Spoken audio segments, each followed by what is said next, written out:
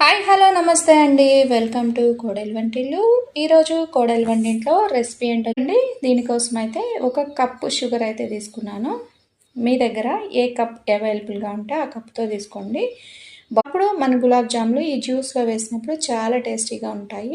దీనిలో ఫ్లేవర్ కోసం యాలకులను అయితే దంచి వేస్తున్నాను. స్పూన్ నెయ్యిని అయితే యాడ్ చేసుకున్నాను.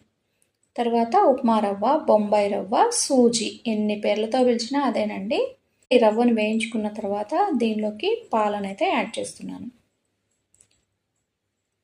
దీనిలో రౌండ్గా బాల్ చేసామంటే ఎక్కడ క్రాక్ లేకుండా వచ్చిందంటే మన పిండి పర్ఫెక్ట్గా ఉన్నట్టు. తర్వాత ఇలాగ పిండి రవ్వ మొత్తం వరకు ఫ్రై చేసుకోవాలి.